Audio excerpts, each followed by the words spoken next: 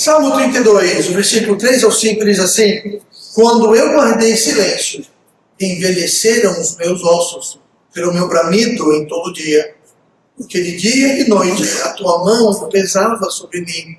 O meu humor se tornou em sequidão de estio. Confessei-te o meu pecado, e a minha maldade não encobri. Dizia eu: confessarei ao Senhor as minhas transgressões, e tu perdoaste a maldade do meu pecado. E hoje eu quero falar sobre, a partir aqui do texto 32, do Salmo 32, eu quero falar sobre o silêncio que mata. O silêncio que mata. Existe um silêncio que às vezes tem a aparência de piedade, de santidade, mas a verdade é um veneno que mata. Esse é o silêncio de quem esconde, de quem encobre o seu pecado. Aquele que finge que tudo está bem, tudo está bom, e vai envelhecendo por dentro. Isso aqui não é um envelhecimento, não é um sofrimento apenas espiritual. Tem também essa questão espiritual. Quando nós mantemos o nosso silêncio, nós não confessamos, aquilo tem um impacto espiritual. Mas aqui está falando sobre um impacto físico, real. Aqui fala, os meus ossos envelheceram. Osso não é espírito, osso não é alma, osso é osso. Está falando sobre o nosso corpo físico. Fala, o meu humor se tornou em sequidão de estio. O humor está falando sobre a nossa disposição. Se estamos deprimidos, alegres, estamos contentes. Então o pecado vai envelhecer a nossa mente e afetar a nossa mente. Mas também vai afetar o nosso corpo físico. Então aqui, quem escreveu o Salmo 32 é o Davi, mas esse silêncio que ele manteve, segundo as suas próprias palavras, estava o matando, quase o matou. Ele está dizendo isso, não sou eu. Então a confissão dos pecados não é um detalhe, um porém, uma opção para a vida cristã. É a diferença entre viver ou apodrecer por dentro. É a diferença entre vida ou morte. A diferença entre uma vida abundante e uma vida seca. Que fala a palavra, usa o termo de sequidão, de estio. Quando não chove, que estiagem. Não chove há dias, semanas, meses, o chão fica seco, o ar fica seco, as plantas ficam secas. Pois é, assim fica o nosso ânimo, como diz aqui, o meu humor se tornou em sequidão de estio. A palavra humor não é deixar graça. Não, esse humor quer dizer como você se sente, sua disposição, sua mente. Então vamos ser atentos a isso. Então, eu vou ler 1 João 1:9 e vamos ver que sem confissão dos pecados, sem confissão, não há purificação. Purificação. Diz assim, 1 João 1:9: se confessarmos os nossos pecados, Ele é fiel e justo para nos perdoar os pecados e nos purificar de toda a injustiça. Quando nós pecamos, nós sujamos, nós contaminamos o nosso coração, a nossa mente, o nosso espírito, a nossa alma. Fica contaminado. E quando nós confessamos, agora note que fala, se confessarmos, é um condicional. Se confessarmos, tudo bem, mas se não confessar, não vai acontecer nenhum perdão e nem a purificação. Mas se confessarmos os nossos pecados, Ele, Deus, é fiel. Ou seja, Ele sempre vai fazer isso. Que Ele é fiel. Ele é fiel, Ele é justo. Por que isso é importante? Porque só Deus justo, sendo justo, pode perdoar os nossos pecados. De forma de nos purificar e nos justificar. Então Ele nos perdoa os pecados e purifica. Ou seja, Ele limpa. A confissão trata dessas duas coisas. Trata da culpa que vem do perdão. Nós pecamos, nós temos culpa. Então nós confessamos o pecado e Deus então trata da culpa e Deus também trata da contaminação que o pecado traz. Essa contaminação é tratada com a purificação. Ele é fiel para perdoar e purificar. Então quando confessamos, esses dois aspectos das consequências do pecado são tratados quando nós confessamos. Agora, enquanto o pecado não é confessado, a culpa fica. A culpa continua. Ela vai pesando, ela vai contaminando, ela vai se espalhando. Agora veja você passando isso durante semanas, meses e anos sem confessar o pecado. Aquilo vai pesando. Se você pegar 1 quilo de arroz, você pega ele e você segura aqui assim. Alguém tem dificuldade em segurar 1 quilo de arroz assim? Não, 1 quilo de arroz é 1 quilo, segura assim. Agora, depois de 1 hora, a coisa começa a ficar pesada. Depois de algum tempo, aquele 1 quilo parece que são 10 quilos. Por quê? Porque ele está pesando. Pesando. Eu digo mais, esquece 1 quilo de arroz, segura sua mão assim. Tá, não segura, estou dando um exemplo. Ah, pastor, isso é fácil. É fácil, mas daqui a 1 hora já não está tão fácil. Por quê? Porque está pesando. Então, o pecado não confessado, o pecado que nós não confessamos, ele está lá. Ele vai o quê? Vai pesando. Então, cada dia que passa, aquilo vai se tornando mais e mais pesado. E vai contaminando, vai espalhando. Se uma coisa ficar no chão, se você não limpar, não vai se limpar sozinho.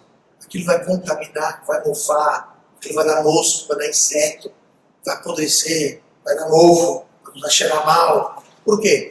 Porque não foi confessado, não foi limpo, não foi purificado. É a mesma coisa com o pecado.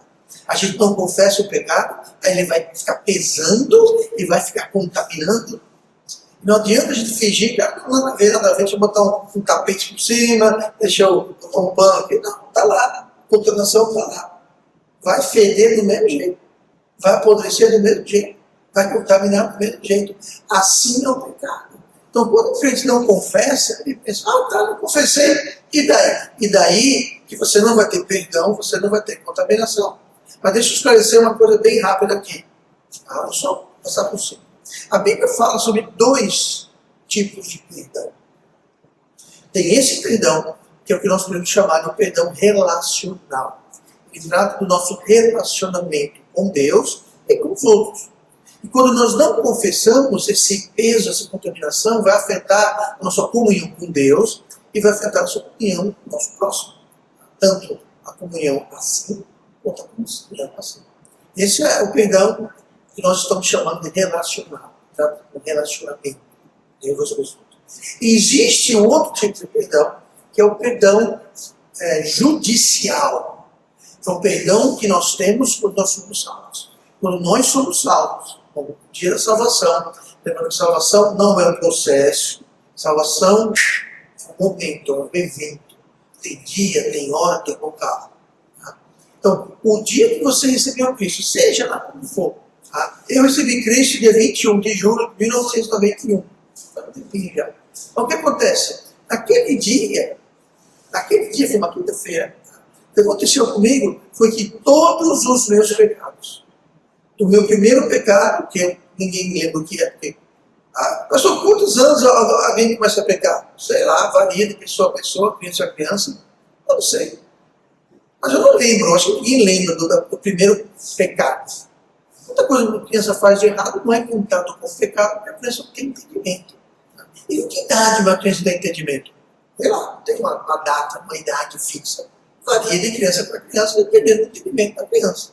Nada errado em ser mais ou menos, mas enfim. Então, desde o meu primeiro pecado, que eu não lembro que era, até o último pecado, que eu não sei qual vai ser, porque eu não sei se vou estar vivo amanhã, daqui a 10 anos, 20 anos, eu não sei o que vou fazer amanhã. Então, do meu primeiro pecado que eu não lembro, até o último pecado que eu não sei o que e quando vai ser, naquele dia, 21 de julho de 1991, Deus perdoou todos. Primeiro a último. Todos. Todos foram pagos, todos foram carimbados como pagos por Jesus, todos foram cobertos com o sangue de Cristo. E isso então me dá certeza absoluta que eu vou para o céu. Por quê? Porque Jesus pagou todos os meus pecados, não há nenhum pecado na minha lista ainda que impeça eu de ir para o céu. Isso basta um pecado. Pois eu não tenho nem isso, não tenho. Não que eu não tenha cometido pecado, ou que eu não vá cometer pecado, mas Jesus Cristo morreu para pagar os meus pecados. Isso é o perdão judicial. Eu sou decretado inocente, eu recebo a justiça de Cristo e aos olhos de Deus eu nunca fiz e nem farei nada de errado. Isso é o perdão judicial. É dado uma vez, no momento da salvação, e isto não muda nunca. A salvação é eterna. Isso é o perdão judicial. Aqui não estamos falando desse perdão. Estamos falando do perdão relacional.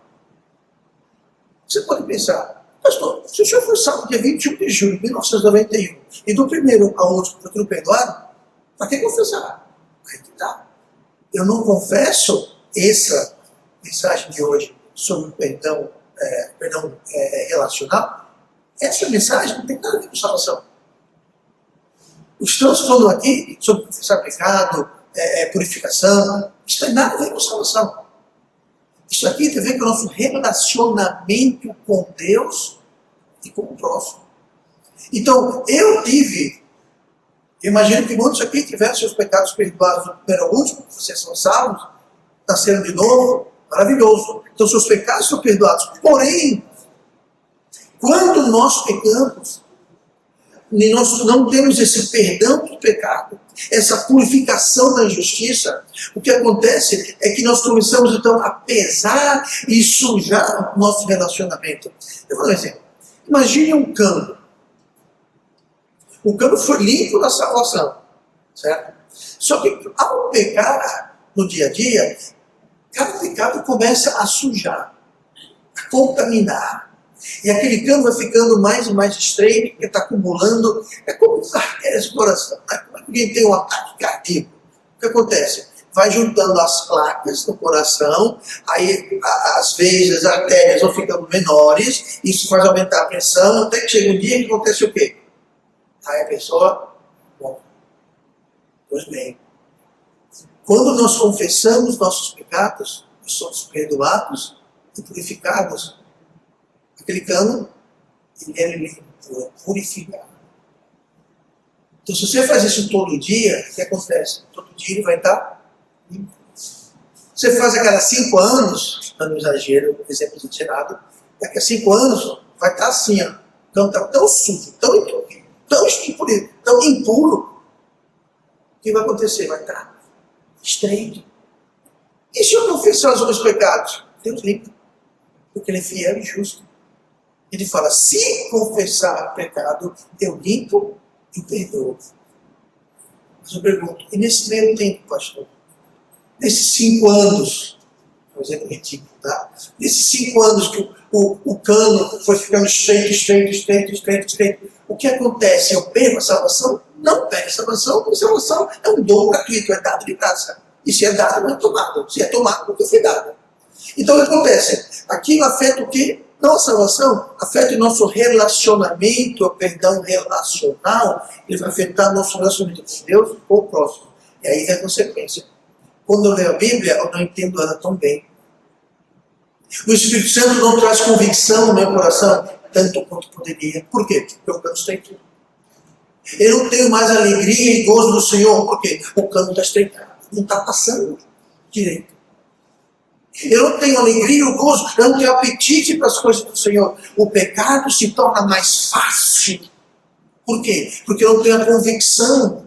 Quando o cano está limpo, purificado, perdoado, está aberto, o que acontece? O pecado, quando a gente peca, nós sentimos a culpa, o peso. Nossa consciência está mais aguçada, mais afiada. Quando está entupido, nossas orações parece que vão até aqui, ó, não passam do teto. Por quê? Porque o cano está estreito. Então não tem vigor na oração, na leitura da Bíblia, nas coisas de Deus, servir a Deus. Isso é com Deus. E com o próximo? Com o próximo, você vai ter dificuldade em amar o próximo. Você vai ter dificuldade nos seus relacionamentos. Esposo, esposa, filho, filha, patrão, vizinho, seja lá o que for. Por quê? Porque o cano está estreitado. Esse é o perdão relacional que vai afetar o nosso relacionamento. Nós não vamos poder ter o fruto do Espírito, que é alegria, gozo, paz, amor, longanimidade. Nós não vamos ter isso como deveríamos. Por quê? Porque o cano está entupido. A água só sai pingando, não sai jogando. Por quê? Está entupido. Mas se confessarmos os nossos pecados, Ele é fiel, Ele é justo para perdoar e purificar. Agora a água corre livre. Nós temos acesso aos frutos do Espírito. nós temos acesso à alegria e gozo do Senhor. Nossas orações são mais dinâmicas, são respondidas.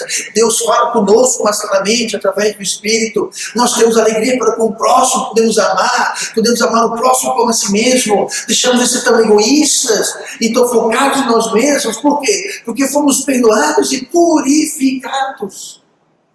Então veja, a vida do crente, a confissão não é uma opção. É a diferença entre a vida e a sequidão. Entre a alegria e a tristeza. Não é algo que eu faço, se eu me lembrar, se der tempo, se eu quiser, der vontade. Não. E isso aqui explica porque muito crente vive uma vida espiritualmente derrotada. Focada em si, no mundo. Por quê? Porque não está sendo purificado. Você viu aqui fora, a nossa horta aqui, né, que nós temos. Você começa a trabalhar nela, aí você tem várias pessoas aqui que vira e mexe também. Estão limpando, capinando, estão podando, estão plantando. O que acontece? Você fica com a mão nos pés, tudo o quê? Sujo. Por quê? Porque é chão, é barro, é terra. Aí você imagina, aí você vai para casa. Não lava a mão, não lava o pé, não toma banho. Aí no outro dia você volta. Tem jeito, trabalha um pouquinho mais. Me diga uma coisa, quanto tempo vai demorar? As pessoas vão estar jogando pau de água de você eliminar a rua. Ninguém aguenta mais. Pois é, espiritualmente é assim. As pessoas podem talvez não notar, acaba notando, porque vai afetar como você vive. Mas muitas vezes ninguém sabe, ninguém nota, porque isso é algo espiritual. Mas afeta, tem um preço. Então nós precisamos. Aqui, Davi, que escreveu o Salmo 32, ele pecou com Batseba, aquele questão do adultério, depois o assassinato de Urias, o esposo de Batseba. Então ele pecou, tentou encobrir e ele guardou o seu silêncio. Isso, justamente encobrir. Tentou justificar, tentou jogar embaixo do tapete, varrer a sujeira embaixo do tapete. Então Davi, depois de pecar, ele guardou o seu silêncio. E o resultado disso foi o Salmo 32. Quando eu guardei o silêncio. Ou seja, ele não admitiu, não confessou o seu pecado, ele guardou o seu silêncio. Envelheceram os meus ossos pelo meu bramido em todo dia. Bramido é o que? É o clamor. É o berro. Não da boca, é de dentro. Sabe o que era isso? Foi o pecado risando. Porque de dia e de noite a tua mão, de quem? De Deus, pesava sobre mim. O meu humor se tornou sequidão cristã. Agora eu vou dar uma letra aqui. A Bíblia fala que Deus açoita todo aquele que recebe. A Bíblia diz que Deus disciplina os que são seus. Então quando a gente peca, especialmente quando não confessa, e a mão de Deus não pesa sobre a gente, a Bíblia fala, então sois bastardos.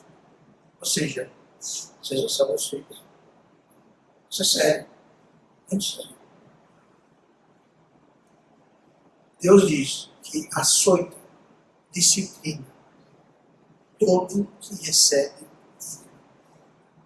Então se a gente está pecando, não está confessando, que aquilo não pesa, a gente não sente nada, não tem uma consciência pesada, não está bramido de dia e de noite, os ossos não estão envelhecendo.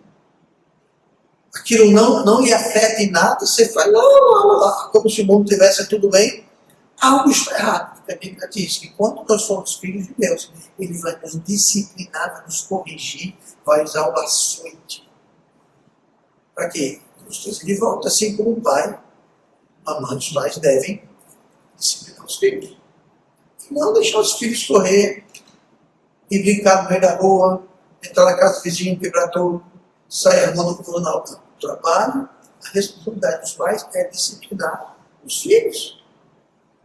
E Deus fala, eu sou pai, se você é meu filho, eu vou disciplinar você.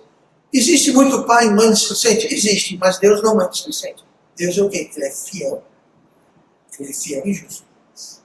Então, quando nós não temos a tua mão pesada sobre mim, quando o nosso humor não fica em sequidão de estilo, quando nós não confessamos o pecado e nós encobrimos a nossa maldade, então uma coisa está errada.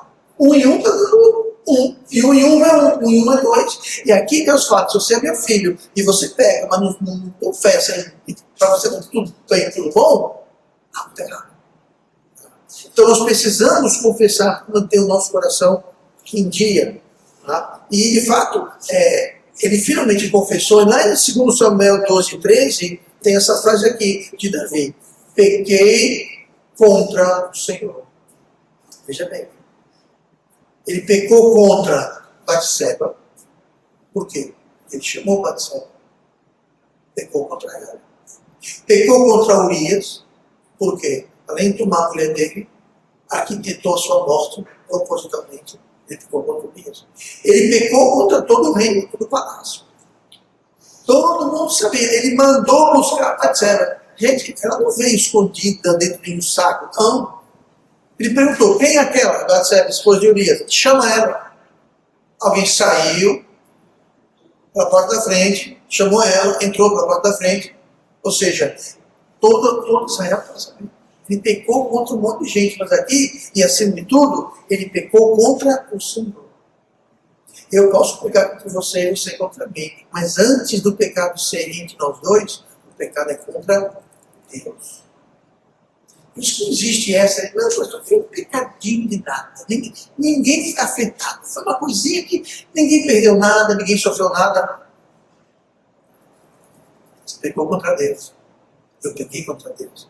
Não, pastor, mas eu peguei um alfinete, ninguém viu, ninguém vai dar falta. Sabe quem viu? Deus viu. Pastor, foi uma mentirinha que ninguém nunca vai saber. E não teve lá grandes coisas, ninguém morreu, ninguém. Tá, mas primeiramente pecamos contra quem? Deus. Então não tem pecado pequeno, porque todo pecado, seja lá o que for, contra quem for, todo pecado é contra o Senhor. E Davi aqui confessou em 2 Samuel 12:13. Pequei contra o Senhor. Ele admitiu isso. E quando ele fez isso, o perdão veio imediato. E encobriu o pecado, você crê justificar. Ó Deus, eu fiz errado, mas sabe por quê? É por quê? Não tem por quê.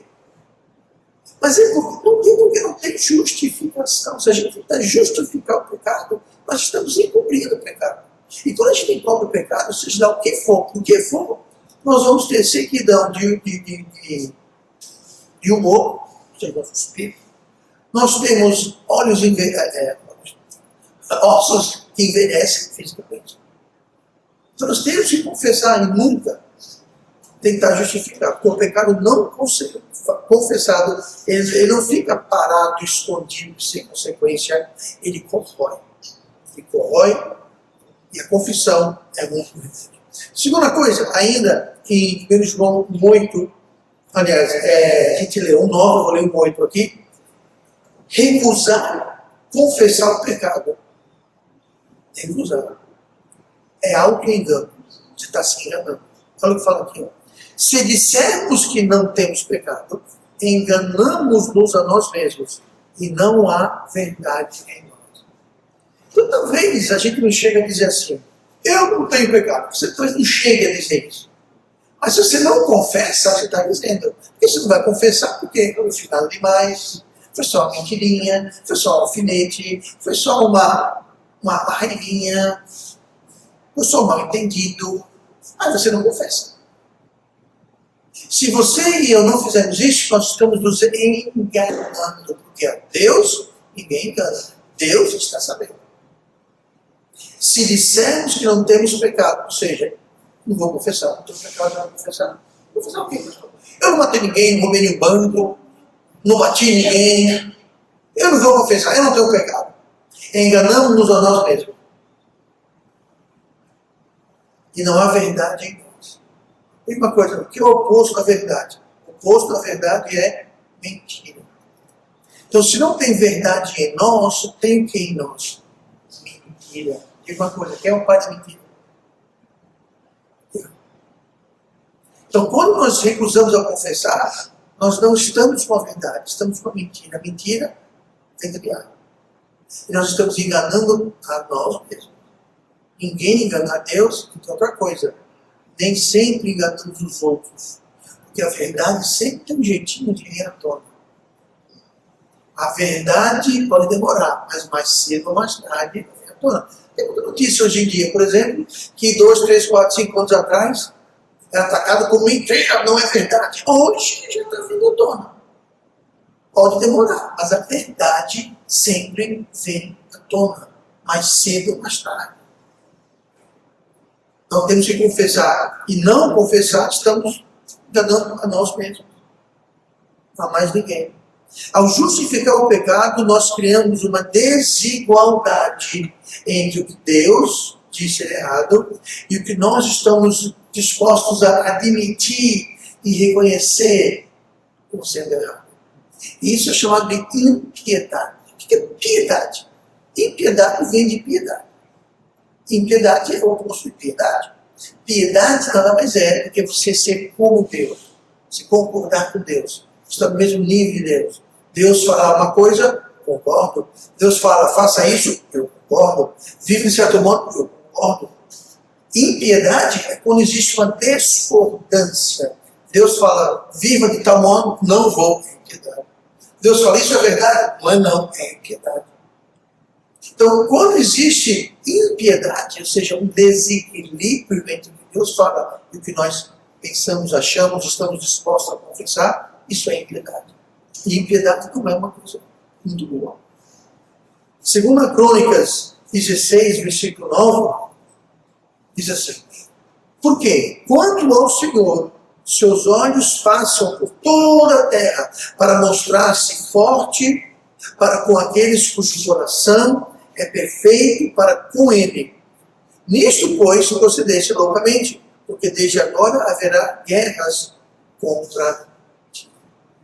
Eu vou focar, tem várias coisas aqui nesse trecho, mas veja só, Deus ele está olhando tudo que acontece em toda a terra, e ele vai se mostrar forte, ou seja, ele vai lutar suas batalhas, defender sua causa, ele vai se mostrar forte com aqueles cujo coração é perfeito. Mas coração perfeito é a pessoa que é perfeita? Não. Coração perfeito é aquele coração onde não há uma diferença entre o que Deus diz e o que eu digo. O que Deus faz e o que eu faço. O que Deus acha e o que eu acho. O que Deus manda e o que eu obedeço. Aí você está o quê? Você está perfeito, está nivelado. É piedade. E impiedade é quando o coração não está perfeito. Deus fala, mas nada a ver. Deus disse isso, mas eu acho que não. Eu sempre deveria, mas não estou afim. Sabe o que é isso? Isso é impiedade. Isso é não ter um coração perfeito para com Deus. E aqui fala que Deus, os olhos de Deus passam por toda a terra para mostrar-se forte para aqueles cujo coração está perfeito com Ele. Aí continua. Nisto, pois, procedesse loucamente. Você fez loucura. O que é loucura? Desobedeceu a Deus. Você foi ímpio. E nisto procedeste loucamente, porque desde agora haverá guerras contra ti. Agora vai ter guerra. Você tem uma consequência, vai ter problemas, batalhas na sua vida. Por quê? Porque a situação não está perfeita.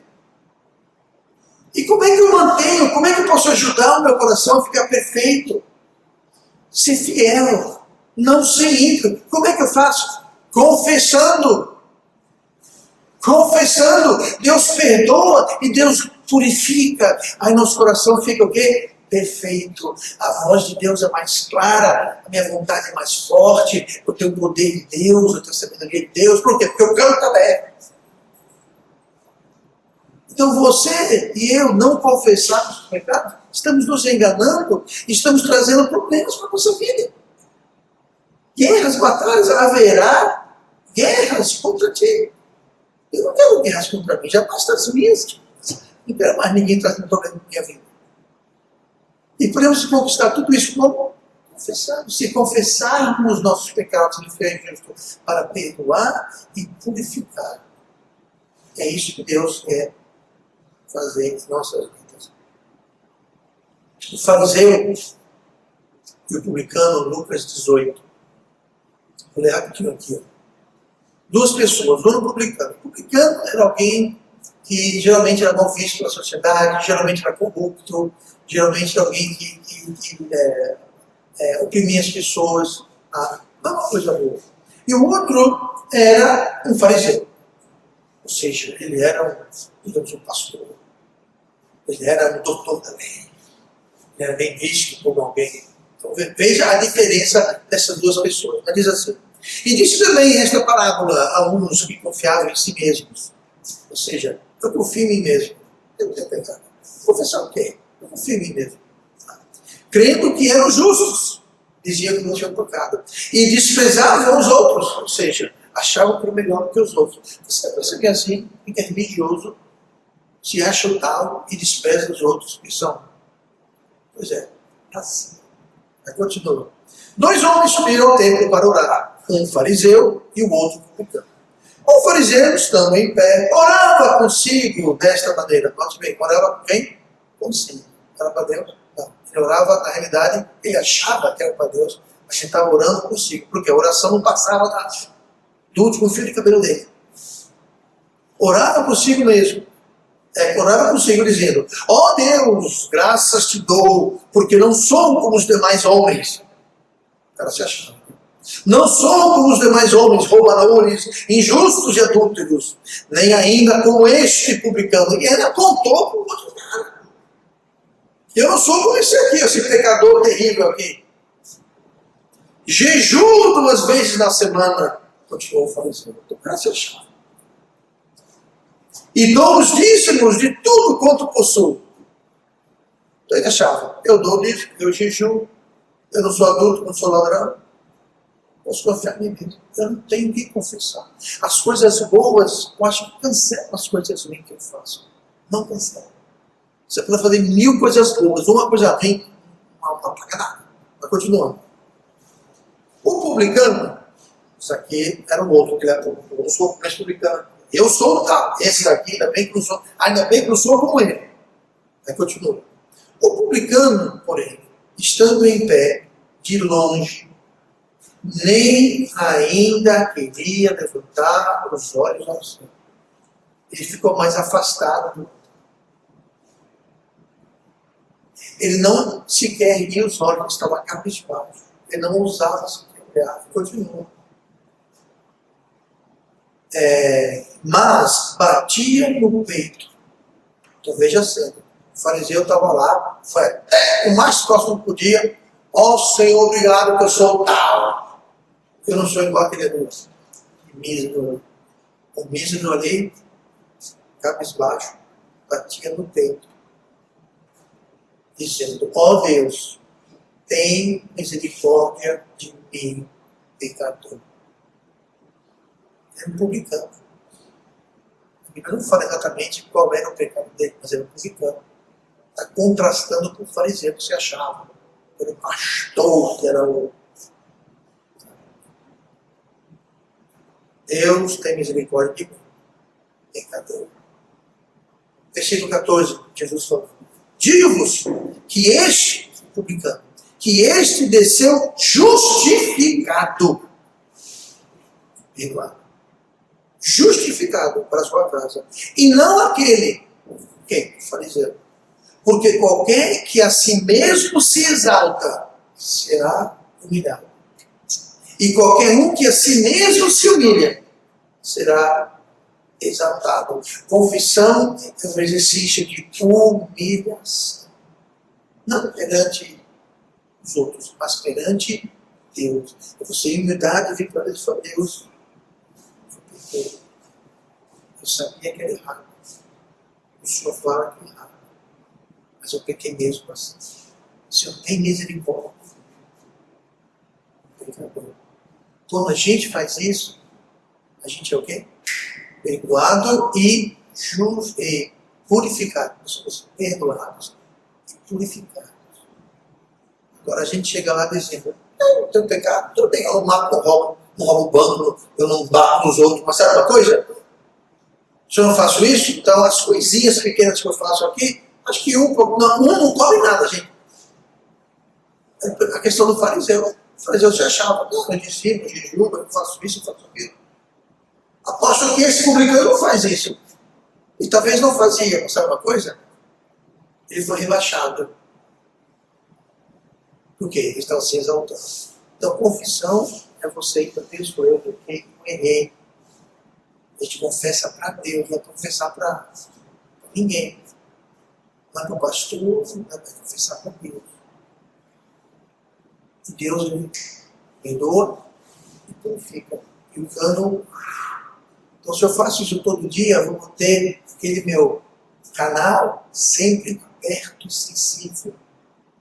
Quanto mais tempo eu não faço aquilo, ele vai estreitando. Aí vem a sequidão do humor, envelhecimento dos ossos. Até que a gente confessei meu pecado. E Deus vai lá e perdoa. E Deus abre. O maior inimigo da confissão não é o pecado. É a mentira que nós contamos para nós mesmos. Eu não fiz nada. Ah, besteira. Eu não acho que isso é pecado. Eu não tenho que achar o que é pecado. Eu tenho que achar o que Deus é. Para terminar com isso. A confissão verdadeira, ela produz uma mudança. Provérbios 28, 13. O que encobre as suas transgressões nunca prosperará. Mas o que as confessa e deixa alcançará misericórdia. A pessoa confessar sem deixar é apenas conversa. Ela é. Se você confessa e tem toda a intenção de repetir aquele mesmo pecado de novo, então você não está confessando e deixando. Você está confessando, não está deixando. É como para você, toca na sua cara. Paf, oh, me desculpe, foi sem querer. Aí na mesma hora, paf, outro tapa. Foi sem querer de novo.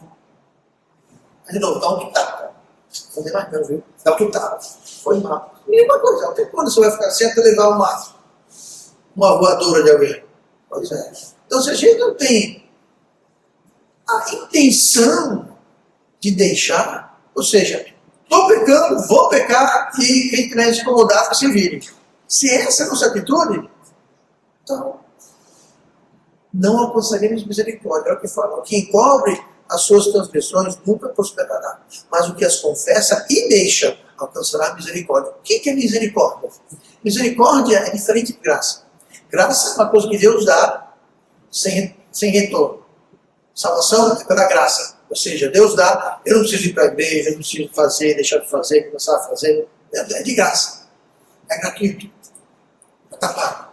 Misericórdia não. Misericórdia não é gratuito. Misericórdia é para quem confessa e deixa. Ou seja, tem uma consequência. Misericórdia é quando Deus não nos dá aquilo que merecemos. Graça é quando Deus nos dá o que nós não merecemos. Como salvação. Nós não merecemos salvação, mas Deus dá de graça. Misericórdia é quando nós merecemos. Eu pequei, o que eu mereço é. Mas se eu confessar, Deus, eu errei, e eu deixar, o que acontece? Eu tenho misericórdia. A consequência do pecado, Deus vai dizer, para livrar disso. Ele não só confessou, ele deixou. Ele está deixando, ele está tentando mudar. Então, agora, se você não está tentando mudar, não tem desejo de mudar, então não tem misericórdia. E Deus não vai segurar com a mão dele as consequências do pecado. O pecado vai vir e vai vir com tudo. Agora, se eu confessar e deixar, Deus fala, eu vou encontrar misericórdia, não é isso? Alcançar misericórdia. Misericórdia, quando Deus fala, ele merece, mas não vai receber. Ele merece, mas não vai receber. Um exemplo disso que nós temos, rapidamente, é Zaqueu. Zaqueu, que era outro publicano, que subiu numa árvore, quando Jesus ia passando.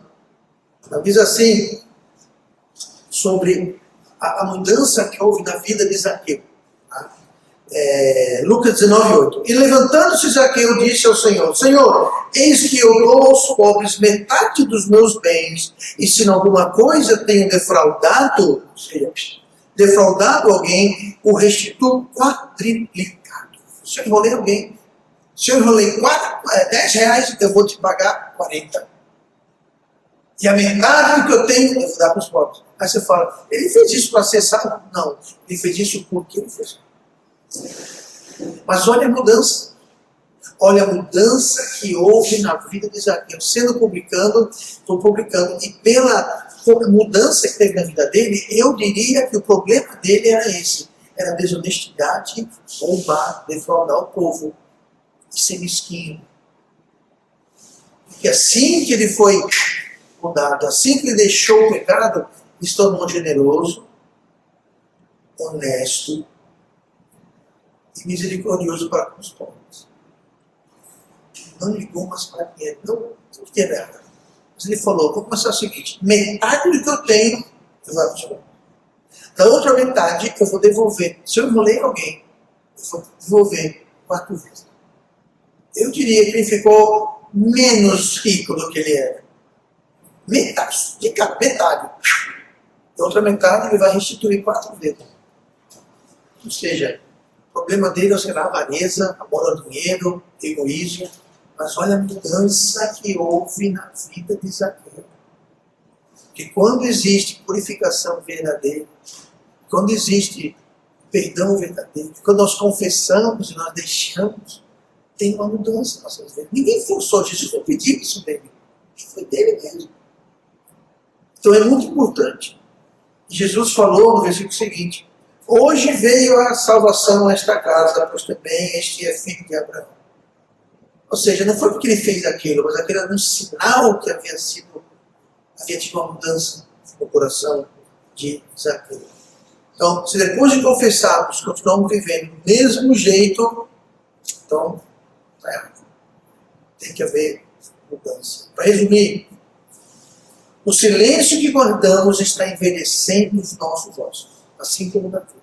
A Bíblia não oferece esperança ou alívio para quem esconde, quem encobre. Pelo contrário. Ela oferece sim esperança para quem confessa e deixa. Se há algum pecado que nós estamos justificando, minimizando, escondendo, talvez este é o momento de quebrar o silêncio. Não agora, agora, exatamente agora, mas está na hora de você ir para casa. Você vai para o seu quarto, cai de joelhos e fala, Senhor, eu não quero mais esconder, eu não quero mais minimizar, eu não quero mais justificar. Eu quero confessar o pecado, porque o Senhor é fiel, o Senhor é justo, e o Senhor pode perdoar e purificar de todo iniquidade. E é isso que nós precisamos, então, fazer. Deus não espera que sejamos perfeitos, mas Ele espera que sejamos honestos. Salmo 32, versículo 1. Bem-aventurado é aquele cuja transgressão é perdoada e cujo pecado é coberto.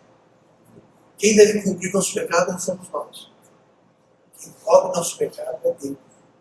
E Ele cobre o pecado quando nós confessamos. Então, o silêncio que mata. Não sejamos silenciosos em relação a isso.